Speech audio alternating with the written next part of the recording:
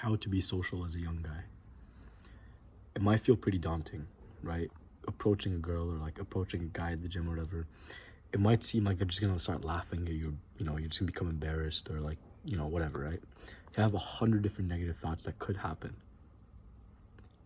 But I noticed for me, when I became more social, right, or became, have a bigger friend group and like have more meaningful social connections, I started approaching people in the gym, whatever, my life got better. I felt happier. I wanted to do more self-improvement things. I wanted to, become like that kind of like chat type of guy, so whenever I talk to people, get better results. It just made overall my life quality better. And here's what I did, right? As a disclaimer, I've never not been a social guy. I've never been completely like, knew nobody or didn't talk to anybody, but I kind of leveled up.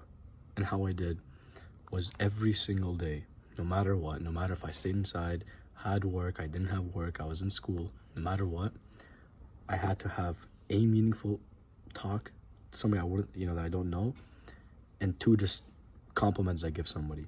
Let me give you an example. The other day I was at the gym, right? And I was hitting chest flies, and some guy wanted to work in with me. That guy, he was repping 300 pounds on the chest fly, right? He wasn't like jacked or nothing, but it was just so surprising. He was repping 300 pounds on the chest fly for like 15 reps, right? So I was like, yo, bro, you're a beast, right? And then afterwards, we started talking. We started connecting over the fact that we're both like on science-based lifting and whatever. And, I got his Instagram, he got my Instagram. If I ever seen him in the gym, be a nice convo, like, hey, how are you doing, whatever, right? I remember another time in the gym too, where this guy had like a nice shirt, right? It was like a Bob Marley shirt, and I'm very into reggae. I went up to him, I said, like, I like your shirt. And he said, thanks, bro, and gave me a fist bump, right?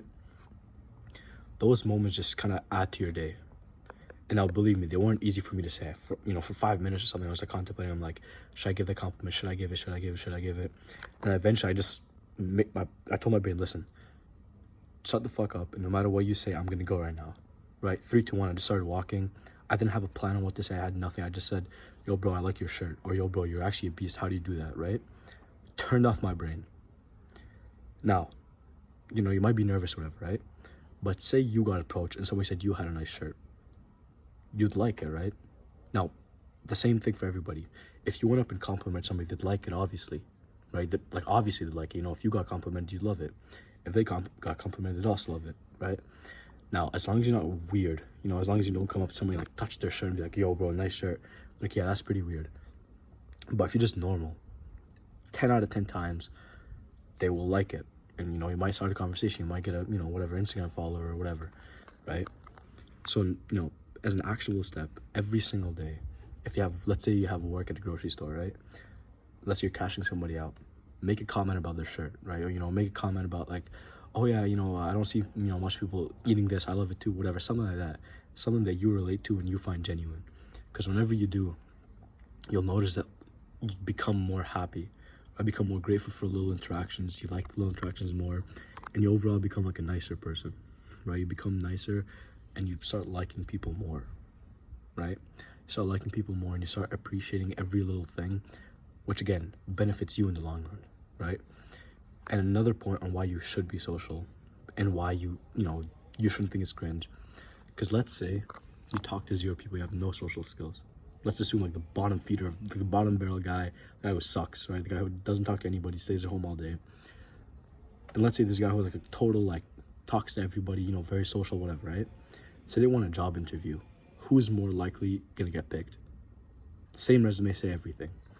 Probably the guy who talks to everybody and is funny, charismatic. Or let's say you want to find a wife or something, right? And say a guy never talks to any girls. As a guy who always talks to girls, right? Who would be able to talk to a wife quality girl better? Of course, the guy who could talk to girls, right?